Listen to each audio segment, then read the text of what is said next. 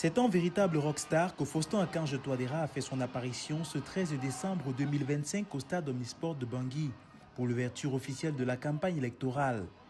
Revenant des 6 buts où il a lancé les hostilités, c'est une foule hystérique qui l'attendait. Son équipe mise déjà sur la forte mobilisation pour aller au bout de cette échéance le 28 décembre prochain. J'ai vu la population se mobiliser pour cette élection, pour la victoire du chef de l'État, du professeur Faustin Archange Touadéra, le candidat numéro 1, le champion du mouvement Cœurs Unis au premier tour. L'homme qui vise un deuxième mandat se voit déjà battre ses opposants par un chaos. Pour ses supporters, l'argument de la paix et le retour de la stabilité suffisent pour lui redonner une nouvelle motion de confiance face aux autres candidats en lice. Vous voyez, il y a la joie, il y a l'engouement et il y a beaucoup d'émotions. Parce que nous voyons que la population a compris qu'il faut la paix.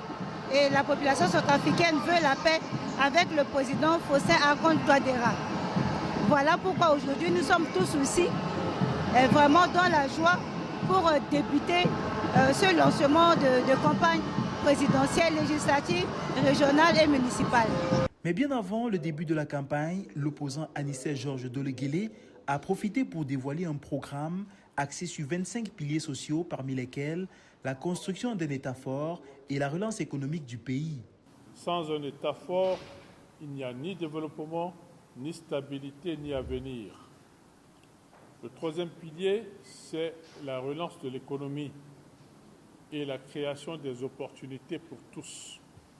Nous voulons un pays où l'initiative est encouragée, où le travail paye. Alors que le candidat de l'opposition a annoncé le ralliement de l'ancien ministre et allié de Faustin Touadéra, le nommé Serge Bokassa, le chef de file de l'opposition s'en est d'ailleurs pris violemment au camp du pouvoir qu'il accuse de contester sa nationalité.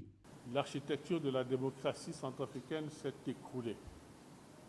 On distribue la nationalité à tour de bras. On parle même de la distribuer par tokenisation, par je ne sais pas quoi.